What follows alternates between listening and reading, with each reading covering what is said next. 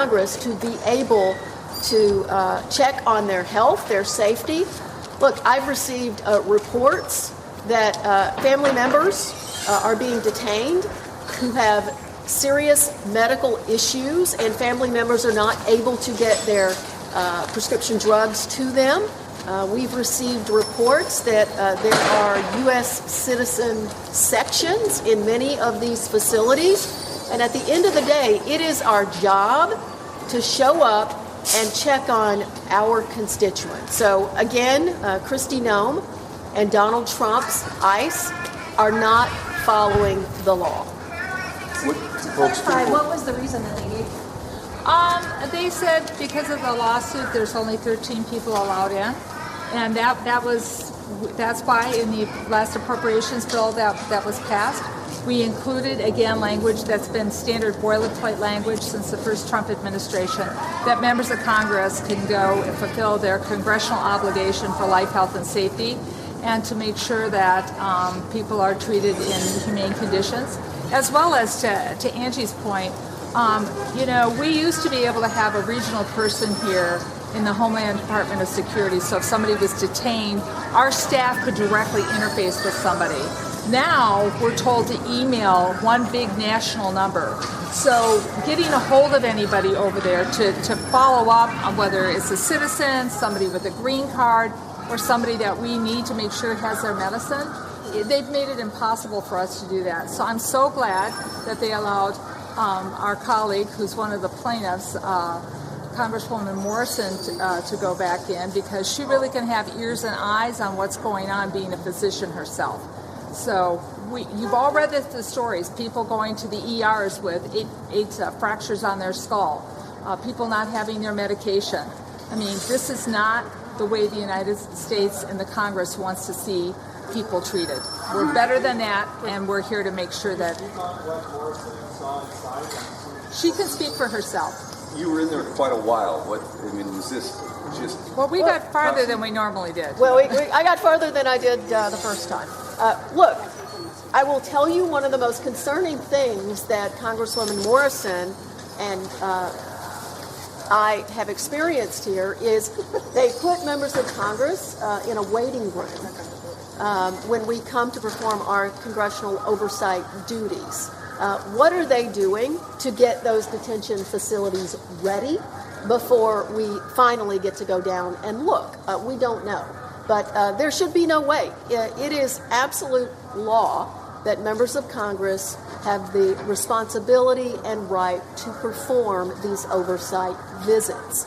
Again, this is the second time that Kristi Noem's ICE has not allowed me in. And look, I've been very critical of Kristi Noem's ICE. I have filed articles of impeachment against Kristi Noem. That does not take away my right to perform my congressional duties and look at these detention centers. People have told us that people are sleeping doors in there, shackled all the time, toilets are overflowing. What are your thoughts about this? I've seen situations like that. And once we see them, we bring them to the Department of Homeland Security and the folks that are running these facilities. We put a spotlight on it. That's our job, then, to come talk to the press. So just like they have these administrative warrants, which don't follow the law, which are against the Constitution, their little rule, keeping the two of us out, is also against the law. And we're going to speak up, and we're going to speak out, and do everything we can to make sure that the next time we come back, we're in there to do our duties of oversight. Can Congress hold hearings to look into this on Capitol Hill and say, why is this happening? Well, they could if my congressional Republican colleagues would speak out and grow a spine and show just a tiny bit of patriotism. I understand that Republicans have a Republican president, but I would remind my colleagues that they did not take an oath to a president. They took an oath to the Constitution, and would just continue to encourage them to follow their oath. How much does situations like this, where you're not allowed in, again, play into ongoing discussions about funding the Department of Homeland Security?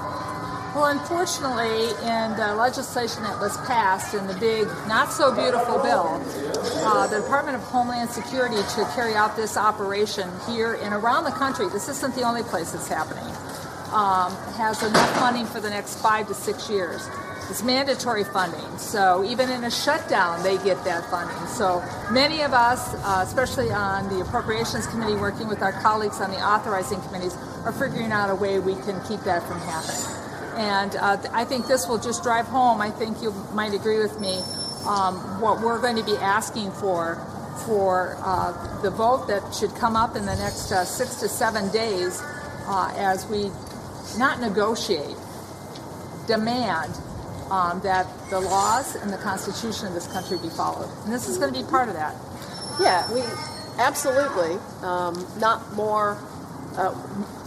one more penny to Kristi Noem's ICE until they start following the law, until they stop profiling our neighbors, until they stop wearing masks, until all of the things that we've been talking about, body cameras, accountability.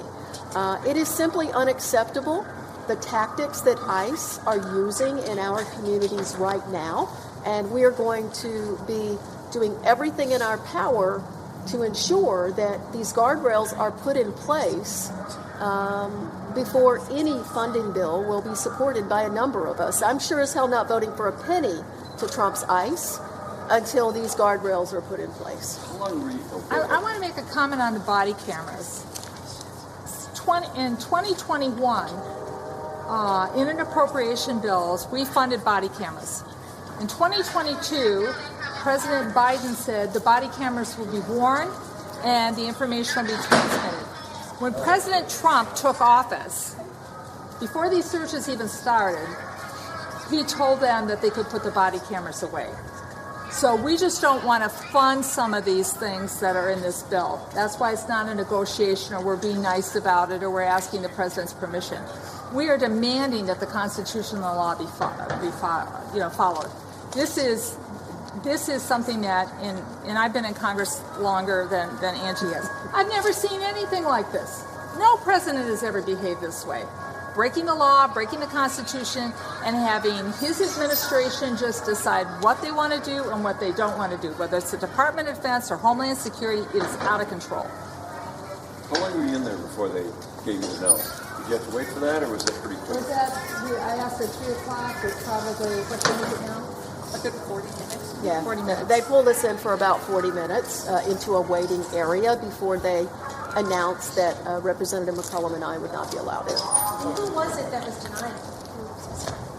That's an interesting question. That's a We're great gonna find question. out. We don't know. I don't think the it was, higher-ups. I don't think it was the gentleman here. No. I want to be honest. No. I don't think it was the gentleman here. I think they were following their orders, doing their due diligence, made a phone call, and some attorney who doesn't know how to read appropriations law that's been signed by the president or follow the Constitution made a decision to exclude us from doing our jobs.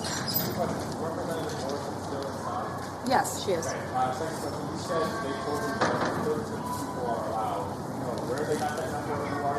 That's part of a. I've got a copy of the lawsuit here, but it's part of a suit that was brought, and a judge came up with a small number for now, while things are still going through the courts and being heard. But as Representative McCollum just said, the appropriations bills that passed last week had the language that would allow us to perform our congressional oversight duties, and Donald Trump just signed it into law again, and now is ignoring a bill and law that he just signed.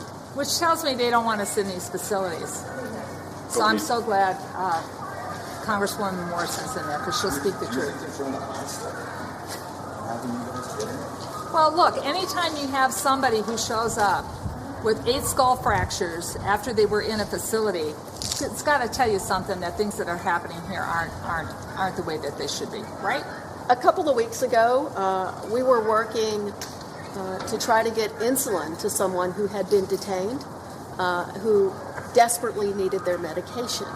The week before that, we were desperately trying to find a constituent before he was moved to El Paso who needed his medication. So Do I think things are happening in this facility that are anti-American and anti-patriotic? You bet I do. Okay. Thank you all.